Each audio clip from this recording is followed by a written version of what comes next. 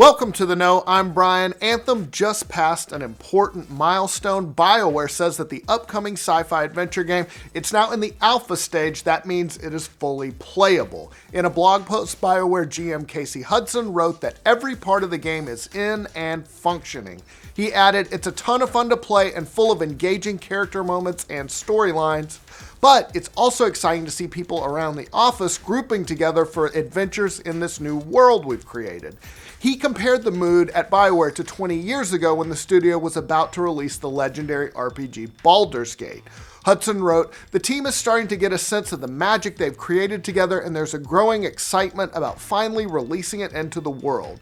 There's a ton of work ahead, but everyone knows what they need to do and is working with a level of passion and effort that's truly inspiring. He said that now the team is going to move to bug fixing, testing, and tuning. BioWare has said we should get a demo of Anthem on February 1st of next year, and the full game it's expected to release on PC, Xbox One, and PlayStation 4 February 22nd.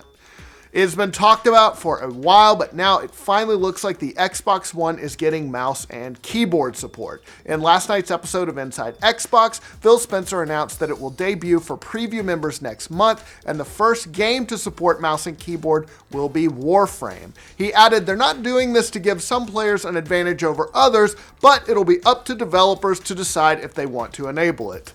But you will get fucked up in multiplayer by a mouse and keyboard player. That's just the fact. So we'll see what they implemented in and what they don't. Allowing mouse and keyboard, according to Spencer, will open up Xbox One to some genres that don't historically work well on consoles, which is true, like RTSs, for instance. Spencer said that existing keyboard and mice peripherals will work on Xbox One. He also announced a partnership with Razer in what looks like a combo keyboard and mouse peripheral.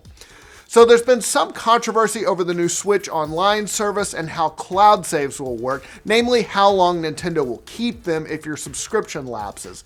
Previously, people spotted a Nintendo UK fact, which seemed to indicate that cloud saves would be lost when your subscription expires. Well, now a Nintendo representative told IGN that cloud saves will be kept for 6 months after your subscription ends. The spokesperson said, if a Nintendo Switch Online membership expires, users won't be able to access their save data cloud backups. However, Nintendo will allow users who resubscribe within 180 days to access their previous save data cloud backups. So that is good news. It's pretty much in line with what Sony does with their cloud saves for the PS Plus service. All right, the rumors were true. The Castlevania Requiem collection is coming to the PlayStation 4. Konami posted a short video announcing the collection. That includes 1997 Symphony of the Night, which is an all-time great game, totally worth playing if you never have, and 1993's Rondo of Blood. The game was recently rated by the Korean Games Rating Board, so we had some idea this was coming, but still, always nice to get the official word. It's going to release October 26th. This is a really cool story. So a speedrunner has just set a record on Super Mario Bros. That many people thought would never happen.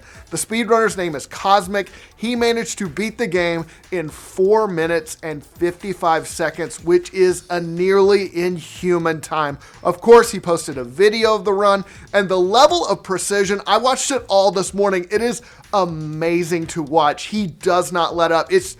That dude is a legend. So to give you some perspective, the website Task Video says that the fastest time theoretically that someone could pull off with a tool-assisted run is 4 minutes and 54 seconds and 30 milliseconds. But Cosmic did it. He didn't use any of that stuff. He did it by himself. Needless to say, it was insane. In the video, Cosmic jokingly said, am I about to go down as the most clutch gamer of all time? You know what? He might be right. It was an instant classic. You gotta watch it.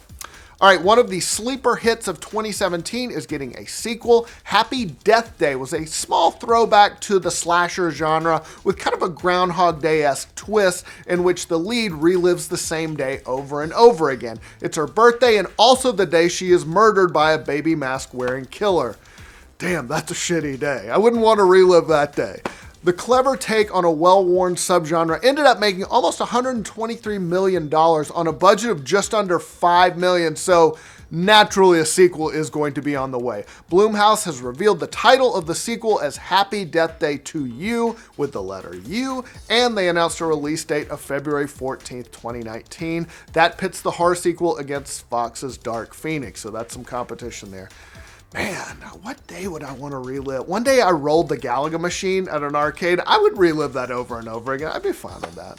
In other horror news, South Korean zombie flick Train to Busan is getting an English language remake with none other than James Wan pushing it forward. So it's set on a bullet train as a zombie outbreak occurs, and it's focused on a father trying to get his young daughter through the burgeoning apocalypse.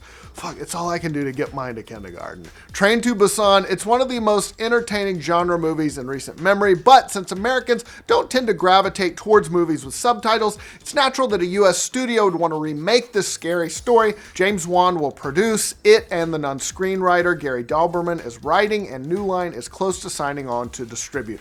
All the parties involved, super crazy busy at the moment, but it does sound like this remake is a priority for all involved. All right, now, some sad news to end on today. You might have heard the story of Chris Taylor, the terminal cancer patient and major Super Smash Bros. Fan in Canada.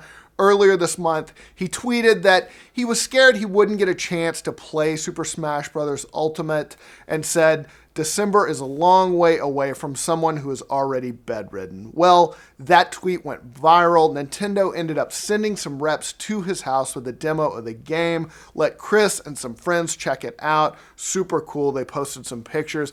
Very awesome story. But now we have a sad update. His brother Zach posted yesterday on Reddit that Chris has sadly passed away. His brother wrote, "On behalf of him and our family, we are extremely thankful for all the love and support Chris has gotten. You guys made it possible for his wish to come true. I hope Chris's memory lives on through all of us when we game." He also added that he was the most genuine man I've ever known, which that's really an awesome thing to say about somebody. Jeez. Our thoughts go out to the family. He sounded like an amazing person. So we'll end it on that. Life is precious, you guys.